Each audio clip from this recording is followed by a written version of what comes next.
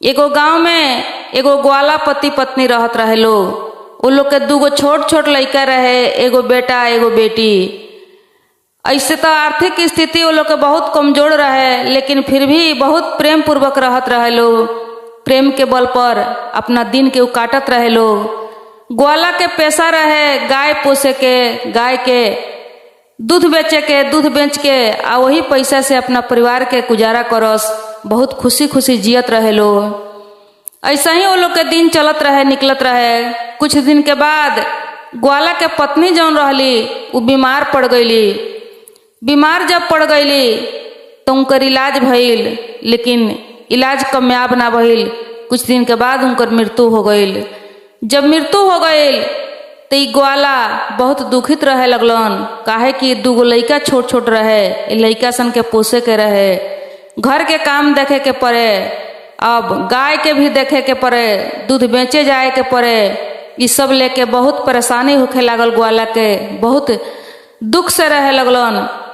अब कुछ दिन बीतला के बाद ई ग्वाला जे बा से एगो शादी कैलन, दोसर शादी कैलन कि घर में एगो औरत हो जाई तो ई दूगो लइका सबके देखे वाला हो जाई, घर के काम देखे वाला हो जाई, तो कुछ हमरा सहारा मिल जाई, हमर परेशानी दूर हो जाई। ई सब सोच समझ के ई ग्वाला एगो शादी क के ले अइलन।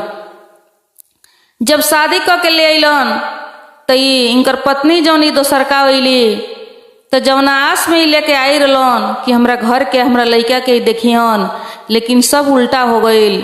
ई लगली ये लइका सन से नफरत करे, लइका सन से घृणा करे, लइकन के बहुत दुख देवे लगली, बहुत सतावे लगली, मारस पीटस, भरपेट खाना ना मिले, सब काम करावस। बहुत दुख होखे लागल लइकन के, बहुत दुख देवे लगली। धीरे धीरे लइकन के दुख में दिन कटे लागल। कभी कभी ग्वाला कुछ कहस तो उन्हों पर ही टूट पड़स, उन्हों के अपना कस में कलेहली, कस में कके इहो लइका सन से वैसे ही व्यवहार करे लगलन। ई जैसे जैसे कहस वैसे वैसे ही लइका सन के करस। इहो बाप के अपन फर्ज भुला गईलन, लइका सन पर बड़ा अत्याचार होखे लागल, बड़ा गलत व्यवहार करे लागलो। अब कुछ दिन के बाद ई ग्वाला के पत्नी कहली एक दिन कि आज से गाय चरावे तोहरा नइखे जाए के, आज से गाय चरावे ई तोहर लइका जाई, काहे कि लइका तोहर सियान हो गइल बा। अब वो दिन से वो लइका के गाय चरावे के जंगल में भेजे लागलो। लइका गाय लेके जंगल चरावे चल जाए, आ लड़की जौन बिया वो लड़की से पूरा घर के काम करावे लगली। घर से के खाना पीना, चूल्हा चौका बर्तन भाड़ा जौन कुछ भी रहे सब काम वो लड़की से करावस। खाना भरपेट ना मिले। अब दोनों भाई बहन के जीवन जौन बा बहुत दुख में बीते लागल। एक दिन के बात हो कि लइका जब गाय चरावे गईल जंगल में तो ओकरा एगो शेर भेटाइल। उस शेर वो लइका के झपटे के टिकौलक।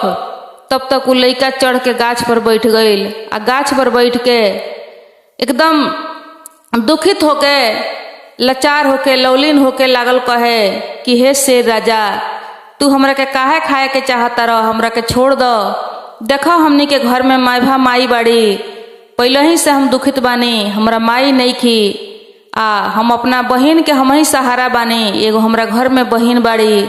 तू यदि हमरा के खा जइब तो हमरा बहिन के देखी, तू हमरा के छोड़ दो। अब इतना बात जब शेर सुनलन तो शेर के भी थोड़ा सा दर्द पहुँचल। दर्द के हिसाब से उनकर आवाज निकल गईल, लेकिन फिर भी जानवर जानवरे होखेला। कहले कि ठीक बा, तोहरा के तो हम छोड़ देम, लेकिन तू अपना बदले में एगो गाय द हमरा के, या एगो बछड़ा द हमरा के, तब जाके हम तहरा के छोड़ेम। तो ई लइका कहलक कि ठीक बा, हम तो ऐसे ना देहेम, हमरा घर में माइभा माई बाड़ी, हम जाएम अपना घर में अपना माई बाप से पूछेम, तब जाके हम तहरा के गाय या बछड़ा देम। आज भर तू हमरा के मौका दो, बिहान हम कुछ आके कहेम। शेर कहले कि ठीक बा, जा बिहान तू आके हमरा के जवाब दीहो, लेकिन हमरा एगो जीव चाही, बहुत दिन से हम भूखा बानी। अभी लइका सांझ के गाय लेके घरे आइल। घरे आके अपना बाप मतारी से बात कहत रहे, सुनावत रहे। तब तक वो माइभा माई जौन रहे तौन एकदम टूट पड़ल वो लइका पर। कहलक कि देखो तोहरा बिनु हमरा कोनो कमी नहीं खे, कुछ हमर ना बिगड़ जाई। यदि देवे के बा तो तू अपन जान दे दी है उस शेर के, लेकिन हमरे एको गो गाय एको गो बछड़ा कम ना होके के चाही। ऐसे कह के उ कह दहली कि देवे के बा तो उस शेर के तू अपन जान सौंप दी हो, लेकिन हमर गाय हमर बछड़ा कम ना होके के चाही। तोहरा बिनु कोनो हमरा यहाँ एकाज नहीं खे। अब इतना बात तो लड़का के बहन जौन रहे वो बहन सुनत रहे। बहन जब सुनत रहे तो बहन जब खाना खियावे ले गई अपना भाई से, तो कहला कि ये भाई देख, तू अपना आप के जन उस शेर के सौंपी हो। तू एगो बछड़ा के दे घली हो, यदि बछड़ा के एगो दे घलब आ गाय रही तो फेन से हमने के बछड़ा हो जाई। तू ही तो एगो हमर सहारा बाड़, तू यदि मर जेब तोहरा के शेर खा जाई, तो हमरा के देखे वाला के बा, हम कैसे तहरा बिनु रह सके। तू एगो बछड़ा दे दी हो, जौन होई तौन होई। अब वैसे ही बिहान भइला लइका गइल। लइका जब गइल शेर से भेंट भइल तो शेर कहलक कि बोलो का फैसला बा, का निर्णय लेके आइल बड़। तो कहले कि ठीक बा, हमर बहन कहले बड़ी कि एगो बछड़ा दे देव के, तू एगो बछड़ा ले जा मार के खा गली हो। अब शेर एगो बछड़ा पकड़ के ले जाके मार के खा गईले। लइका सांझ के घरे लौटल। जब घरे लौटल तो इनकर मैभा माई जौन रहली आ इनकर बाप दोनों जने गाय के बछड़ा के गिनती करे लागलो। जब गिनती कैलक लोग तो एगो बछड़ा में से कम रहे तो अभी पूछे लागलो। आई लोग के पहले से जानकारी भी होइए गई रहे। अब ये लइका के बहुत ज्यादा मरलक लो कि तू अपन जान काहे ना देली हो, कि हमने के बछड़ा दे देली हो। उ बछड़ा से हमने के जियत रहनी हसन। एक गाय बछड़ा हमने के सहारा बा, तोरा बिनु कौन हमने के कुछ बिगड़ जाए वाला बा। बहुत मरलक लो मार के।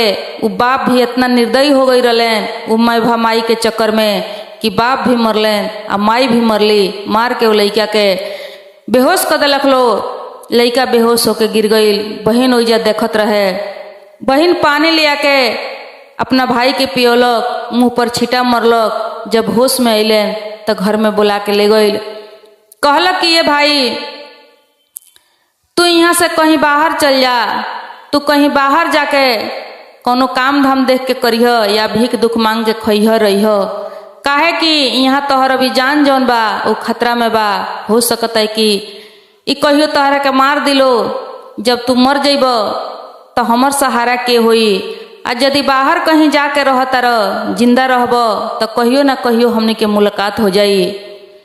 तो ई भाई कहलक कि ठीक बा, लेकिन तहरा को अकेले छोड़ के हम कैसे जाएम, तू कैसे रहबू। तोहरों पर तो लोग अत्याचार करे ला लो, तोहरों को तो ई बहुत मारे ला लो, पीटे ला लो। तो बहनिया कहलक कि ना, हम कसहूँ क के दिन काट लेम, बाकी तू यहाँ से निकल जा। तोहर दुख देख के हमरा से बर्दाश्त नहीं के होत, तू यहाँ से कहीं बाहर चल जा। भैया कहलक कि ठीक बा। एगो धागा उठा के बहन के हाथ में बांध देलक कि ये बहन देखो, यह धागा निशानी रही, ये धागा के तू टूटे मत दीह। जब हम बाहर से आपस आएम तो यह धागा देख के तोहरा के पहचानेम आ हमर तोहर प्रेम जौन बा और टूट बनल रही धागा के हिसाब से। तो बहन कहलक कि ठीक बा ए भाई, तू जा, हमर चिंता मत कर। हई माई के एगो निशानी औंठी बा, सोना के औंठी। ई औंठी तू पहिर ल, कोनो मुसीबत पड़ी जरूरी पड़ी तो ये औंठी के तू बेच दीह, अपन काम ऐसे कर लीह। इहे कह के उ लड़की औंठी जौन रहे ओकरा माई के निशानी अपना भाई के अंगुरी में पहिरावत रहे। तब तक ई सारा बात एकनी के मैभा माई जौन रहे उ सुनत रहे। अब उ मैभा माई जब सुनत है तो कहती है कि ठीक बा, ये सब हम समझ गईनी, हम देखत हन तहनी के मजा चखावतनी। अब चुपचाप चल गई घर में जाके अपना पति के लगे अठान कठान लगा देहलक। अठान कठान लगौलक तो पूछले उनकर पति कि का चाहतारू, काहे ऐसे कैले बड़ू। कहली कि देखो तोहर बेटा जौन बा, तोहरा बेटा के हमरा मांस खाए के बा। यदि ओकर मांस तू लिएब तब जाके सही बा, ना तो बहुत गलत हो जाई। घर में हमरा से खराब केहू ना होई, जौन तोहरा समझे के पड़ी। अब इतना बात जब बाप सुनलक तब बाप भी निर्दयी हो गई रहे, वो मैभा माई के बस में पड़ गई रहे। अब वो का कैल कि उ लइका सुत रहे, लइका के ले जाके आ सुतले अवस्था में उ लड़का के काट के 2 टुकड़ा क के आ ओकर बूटी बूटी मांस बना देहलक उ बाप। आ मांस बना के ले के अपना मेहरारू के आगे सौंप देहलक। अब देखें दीदी अभी का कैलक कि वही रात के माइभा माई ये मांस के पकौलक बनौलक, बना के एगो थरिया में वो अपना खातिर परोसलक, एगो थरिया में वो अपना मालिक के परोसलक। आ परोस के कहतिया कि रुको, बहुत भाई बहन के प्यार बनल रहा, आज इनका भाई के मांस इनका बहन के भी हम खियावतानी। अब जाके वो लड़की के सुतला में जगावे लगल, जगा के लिया के बड़ा पसंद से एगो थरिया में ओकरो के खाना परोसलक। लड़की कहलक कि का बात बा, कहियो तो माई इतना पसंद से ना बोलावेली ना खियावेली, आज कौन ऐसन बात बा कि आधा रात के सुतला में माई बोला के आ उहो का तो है मांस भात परोसतारी। बड़ा अचम्मो होके लड़की कहलक कि हमर माई शायद लागत बदल गई बड़ी। अब बैठतिया, जैसे ही हाथ थरिया में लगावतिया तैसे ही जौन औंठी उ लड़की देले रहे उहे अंगुरी ओकरा मिल गईल। आ वही अंगुरी में औंठी रहे, उहे औंठी अंगुरी ओकरा जब मिलता तब लड़की देख के चकित हो गईल कि शायद लागत है हमरा भाई के मार देलसन, मार के एकर मांस बनौले बड़ा सन, आई हमरा भाई के मांस खाए बैठल बड़ा सन। अब लड़की वहां से वो अंगुरी उठा लेलक, अंगुरी उठा के लेके घर में गईल। घर में जाके भोलेनाथ के भक्त रहे लड़की, बहुत भक्ति करे, भोलेनाथ के ही एगो अपन सहारा समझले रहे। अब भोलेनाथ के पास जाके वो घर में बैठ के बहुत ज्यादा रोअल तड़पल कि हे भोलेनाथ, अब कहिया ले सताएम दुख देम, एगो भाई रला उहो खत्म हो गईल, ओकरो कोई मार देलक लो, लेकिन रउआ कुछ ना कहनी, हमरा भाई के ना बचौनी, सब सहारा हमर छिना गईल। ई कौना जन्म के पाप के कर्म हमरा ई मिलता, ई सजा मिलता। बहुत लड़की दर्द से रोअल आ रो के सुतल। ओकरा बाद ओकरा मन में ख्याल आयल, उ सुनले रहे कहीं कहीं पुरखा पुरनिया लोग से कि जब तक मरल आदमी के ओकर राख ओकर हड्डी गंगा में जब तक ना दहवावल जाला तब तक वो आत्मा के मुक्ति ना मिलेला, पार ना होखेला। अब यह सोच के ई लड़की बिहान भइले का कैलक कि जौन अंगुरी रहे औंठी वाला, ई अंगुरी लेके ई लड़की चल गई नदी के तरफ। नदी में जाके आ नदी के घाट पर बैठ के बहुत रोअल, ओहू जब भोलेनाथ के याद कैलक कि हे भोलेनाथ, आज हम अपना ई भाई के अंगुरी लेके हम आइल बनी गंगा में दहवावे खातिर, हमरा भाई के मुक्ति देम, हमरा भाई के बेड़ा पार लगाएम। ऐसा हूँ हमरा भाई के अकाल मृत्यु भइल बा, सब सहारा हमर छिना गईल, सब कुछ हमर खत्म हो गईल।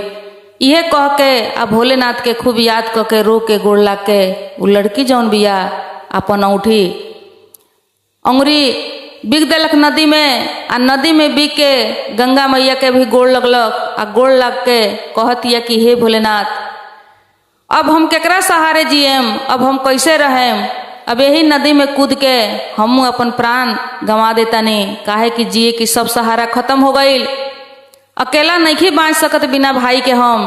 अब लड़की कूदे के टिकौलक, जैसे नदी में कूदे के टिकावतिया तैसे उ जौन औंठी रहे उ औंठी सुगा बन के बाहर निकल गईल। बाहर आके उ सुगा वही जा एगो गाछ रहे, उ गाछ पर बैठ गईल। आ गाछ पर बैठ के उ लड़की से कहलक कि ये बहिन, तू नदी में जन कूद, हम तोहर भाई हई, देख तू बहुत बढ़िया कैलू हो कि ये गंगा में हमर जौन अंगुरी रल वो अंगुरी के लिया के तू डाल दिलू हो नदी में, ऐसे हमरा मुक्ति मिल गईल। आ मुक्ति मिल के हमारी आत्मा जौन बा ई दूसरा जोनी में बदल गईल, सुगा के रूप हमरा मिल गईल। तू अपन प्राण जन द, चलो इंसान ना सही, हमनी के सुगा बन के हम तोहर भाई बन के रहेम, तोहर हर सुख दुख में हम साथ देम। आज से हमनी के एक रह जाई, तारा प्राण गंवावला के कोनो जरूरी नहीं खे। अब लड़की सुन के थोड़ा खुशी भइल कि चलो इंसान ना सही, सुगे के रूप में हमार भाई रही तो हम अपना भाई के देख के जिएम रहेम। अब दोनों भाई बहन वहां से चल दिलक लो, भाई बहन गईलो तो घर के बगल में एगो बगीचा रहे, वो बगीचा के एगो गाछ पर सुगा बैठ गईले। कहले कि तू जा घरे, तू रोज हमरा से आके यही जब मिली हो। हमने के दोनों भाई बहन अपन सुख दुख एक दूसरे में बांटल जाई, कह के सुनल जाई, सुनावल जाई, हमने के दिन ऐसा ही कट जाई। अब बहन वहाँ से घरे गई, घरे जाके रोज रोज अपना भाई से वहाँ मिले आवे, भाई से अपना मिले आवे, जौन कुछ भी होके दुख सुख कहे सुने सुनावे आ अपना घरे उचल जाए। अब एक दिन के बात हो कि देखी यह कार्तिक के महीना चढ़ल रहे, आई भैया दूज के व्रत जौन बा त्योहार यह नजदीक आई रहे। तो ई सुगा सोचले कि हम अपना बहन के भैया दूज के दिने जब हमर बहन हमरा के बजड़ी खियाई, टीका लगाई, तो हम का देहेम, काहे कि वो दिन भाई बहन के प्रेम होला, कुछ ना कुछ बहन के अपना दियाला। अब यह समझ के ई सुगा जौन बाड़े ई का कैले कि उड़ते उड़ते चल गईले एगो सोनार के दुकान पर। सोनार के दुकान पर जाके बैठ के सोनार के सब कहानी कह के सुनौले बतौले। सोनार देखलक कि सुगा बोलता, बहुत सुंदर मीठा बोली बा, बहुत अच्छा लागल। लेकिन जब कहानी सुनलक सोनार, तो कहानी सुन के सोनार के आंख में आंसू आ गईल। सब बतौले शुरुए से सारा कहानी। कहले सोनार की कह हम तोहर कौन मदद कर सकतानी, तोहरा के का कर सकतानी हम। कहले कि देखी भैया दूज के त्योहार आइल बा, हम अपना बहन के कुछ देवे के चाहतानी, अगर रउआ कुछ दे सकतानी तो हमरा के 2-4 ठान गहना दे दी, हम ये मदद रउआ से मांगतानी। कहले सोनार की ठीक बा, हम तारा के गहना देतानी। अब कुछ गहना उ दे दहले, दे के एगो झोरी बना के उनका गर्दन में पहिरा दहले गहना।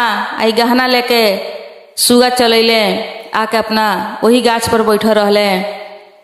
अब बिहान जब इनकर बहन अइली तो का कैले कि अपना बहन के सब गहना निकाल के दे के कहले बहन की गहना पहिर लो, भैया दूज के अवसर पर तारा के गहना देवे के हम चाहतानी। अभी बहन का कैली, वही दिने भैया दूज रहे। भैया दूज के जब बजड़ी लिया के खियौली, खियौला के बाद में इनकर भाई सुगा सब गहना इनका के दे दहले। बहन गहना पहिर के खुशी खुशी घरे चल गईली। घरे जब गईली तो इनकर सौतेली माई देखली, तो देख के पूछली कि गहना सब कहाँ से आइल हो, ई कैसन गहना हो। अब लड़की कहलक कि गहना कहीं से हम नहीं चोरा उरा के ले आइल, ई गहना हमरा के एगो सुगा दिले हन, एगो सुगा के हम भाई बनौले बानी। ताज भैया दूज के परब रलो, हम जब उनका के बजड़ी खियौनी हो तो उहे हमरा के सब गहना दिल हन। अभी पूरा कहानी कह के ना बतौली कि हमर भाई जौन मरल बा उहे हो, बस ऐसा ही कहली कि एगो सुगा के हम भाई बनौले बानी। अभी बिहान भइले पूछली कि उ सुगा कहाँ बा, कैसन सुगा बा, कहाँ रहेला, सब बता देली। अब बिहान भइले इनकर मैभा माई चल गईली उस सुगा के पकड़ के मारे खातिर कि अपना भाई के तो इनका हम मुआ दहने, देखी कौन सुगा है कि इनकर भाई बनल बा, बहुत आइल बा भाई बने, आई भाई वाला भइल बाड़ी। अब उन्हों के मारे खातिर गईली। जब गईली तो सुगा के देखली तो पकड़े के कोशिश कैली, लेकिन सुगा उनका से ना पकड़ाइल। एक डाल पर से एक डाल पर, एक डाल पर से एक डाल पर उड़ के भाग जाए। अब पूरा दिन भर हार के थाक के घरे चलैली। घरे आके लड़की के बड़ा मरली पिटली आ सब गहना छीन लेहली। गहना छीन लेहली। बहन बिहान भइले आइल तब भाई पूछलक कि तोहर सब गहना का हो गइल बहन। तो कहलक लड़की कि सब गहना माई छीन लेली ह, बहुत ही गहना करनते मरली ह, पिटली ह। तब ई सुगा अपना मन में ठान लेलो कि अब ये लोग के पाप के सजा जौन बा देवे के पड़ी, अब ऐसे छोड़ल जाई तो ये हमरा बहन के बहुत दुख दिलो। अभी का कैलक, सुगा गईल एक दिन लोहार के दुकान पर गईल। लोहार से भी जाके अपन पूरा कहानी शुरुए से बतौलक। मैभा माई के जैसे जैसे मरले रहे लोग सब कहानी कह के सुनौलक। लोहार के बड़ा दर्द आइल, लोहार के आंख से आंसू आ गईल। लोहार कहलक कि तोहर कौन मदद हम कर सकतानी, तू कह, जौन मदद हमरा से हो सकी हम कर देहेम। तो सुगा कहले कि हमरा के एगो खूब सुरीला चाकू बना के दे दी, बस इहे इतना मदद हमार करी। अब लोहार खूब सुरीला चाकू एगो बना के दे दहले। सुगा लेके अइले आ सुगा लेके आके अपना गाछी पर बैठ गईले। बिहान भइले उनकर बहिन अइली। बहिन के बड़ा मरले रहली उनकर माई। आके बहिन कहली सुनौली, कहले सुगा की ठीक बा। बहिन से अपना ना कुछ बतौले, बहिन चल गईली घरे। अब बिहान भइले इनकर बहिन आवे से पहले ई गईले वहाँ गईले तो फिर इनका के मारत रहे लोग, पीटत रहे लोग कि तू रोज कहाँ जाली। कहली कि हम अपना भाई से भेंट करे जानी, शिव जी के पूजा करे जानी। अभी मारत रहे लोग, पीटत रहे लोग। तब तक वो सुगा पहुँच गई वहाँ, अपने पंख में छुपौले रहे चाकू आ गईल आ जाके दोनों जने के आँख जाके घोंप दहलक। जब आँख घोंप दहलक तो दोनों जने जमीन पर गिर गईलो, गिर के बेहोश हो गईलो। थोड़ा देर के बाद होश में आइलो तो कहलक लो कि ये तोता तोर का बिगड़ले बानी से जे तू हमने के मुआव तरी मारो तरी ऐसे कर तरी। तब उ तोता जाके बोलल कि तहनी के याद कर हम उहे हई जकरा के तू आधा रात के काट के आ मांस बना के दिल। आ इहे मैभा माई मांस बना के तोहरों के परोसली आ अपनहू खैली। हम उहे हई, आज तहनी के जिंदा ना छोड़े। चाकू से बार कक के दोनों जने के मार के मुआ दहले। दोनों जने मर गईलो। जब दोनों जने मर गईलो तब अपना बहन के कहले कि ये बहन चल यहाँ से हमने के कहीं दूर चल के रह जाई, ये जगह पर रह जाई, ये घर में रह जाई। तो हरदम ये सब बात हमने के याद आई, हमने के चैन से ना रह सकल जाई। तो उससे हमने के यहाँ से कहीं दूर चल जाओ, कहीं दूर चल के हमने के रह जाई।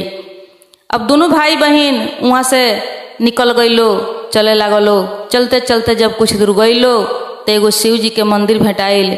शिव जी के मंदिर जब भेटाइल तो लड़की कहल कि ये भाई शिव जी के चलो पूजा कर ले जाओ, आ हो सके तो हमने के मंदिर में रह जाई। ऐसे बढ़िया जगह हमने के ना कहीं भेटाई, हमने के कहाँ रह जाई, के राखी। सबसे अच्छा बाकी भोलेनाथ के भक्ति कल जाई आ यही मंदिर में अपने के गुजारा कल जाई। कहले भाई कि ठीक बा। दोनों भाई बहन जाके मंदिर में गईलो आ शिवलिंग पर जाके अपन माथा टेके लागलो आ वही मंदिर में रहे लागलो। मंदिर में रहेलो, बहन पूजा पाठ करस। ई भाई जौन बड़े इहो नदी में से अपना चोंच में जल भर के आवस आ शिव जी के अभिषेक करस। अभी दोनों भाई बहन के प्रेम जौन रहे, प्रेम देख के कैलाश में पार्वती माता शिव जी से कहनी कि हे नाथ, हे स्वामी, ई दोनों भाई बहन के प्रेम जौन बा बहुत अटूट प्रेम बा, आई बहुत दुखिया बड़ा सन। रउआ ये सबके दुख दूर कर देवे के चाहिए लइका सन के। महादेव जी कहनी कि देखो ऐसन ऐसन दुखिया बहुत बा धरती पर, हम केकर केकर दुख दूर करें। लेकिन पार्वती जी कहली कि देखी राउर जे भक्त बा, राउर जे भक्ति करता मन से श्रद्धा से, ओकर दुख तो रउआ दूर करे के चाही। कहले महादेव जी की बहुत भक्त हमार बालो, बहुत लोग दुखिया बा। लेकिन पार्वती जी बहुत जिद कैली। पार्वती जी के हट के आगे महादेव जी के सुने के पड़ल।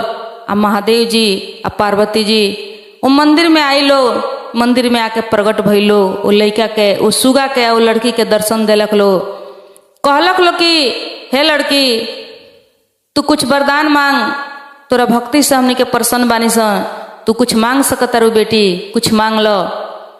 वो लड़की कहला कि हे प्रभु, हे नाथ, हे भोलेनाथ, हे दानी, हमरा कुछ ना चाही, हमरा कोनो चीज के जरूरी नहीं खे, बस चाही तो हमर भाई जैसे पहले रहे वैसे ही इंसान बना दे। हमर भाई जब इंसान बन जाई तो समझी कि हमर पूरा जीवन खुशी से झूम उठी, हमरा यह इतना चाही। महादेव जी प्रसन्न भइनी, अपना दया से, अपना कृपा से तुरंत के तुरंत लड़का के पहले के जैसन इंसान बना देहनी। जब लड़की अपना भाई के पहलका रूप में देखलक तब बहुत खुशी भइल। खुशी होके आ दोनों भाई बहन महादेव जी या पार्वती जी के चरण में जाके गिर गईलो। या गिर के बहुत बहुत भगवान के धन्यवाद दिलक लो।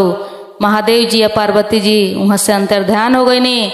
आई दोनों भाई बहन वो दिन से प्रेम पूर्वक अपन खुशी खुशी जीवन बितावे लागलो।